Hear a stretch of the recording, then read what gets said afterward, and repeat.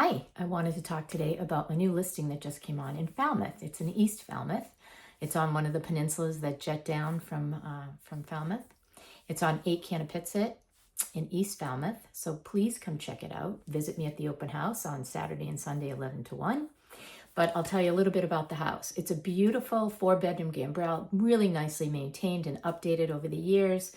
It's a 4-bedroom, so you have 3 bedrooms up with a full bath, and there's also 1 bedroom down, and there's a bathroom downstairs as well. There's a finished basement with a walkout, so you could do a number of things down there. They currently have it set up with an office and a family room. The washer dryer has its own space.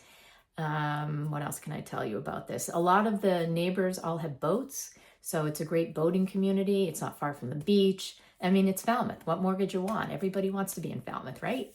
It has a great downtown. Falmouth is just a great place to spend the summer. So if you're ready to spend the summer in Falmouth and you're looking for a great house, please reach out. I'm happy to give private showings or come to the open house and say hi and come to see this great house. Hope to see you Saturday and Sunday, and if not, buy another showing. Have a great week, everybody.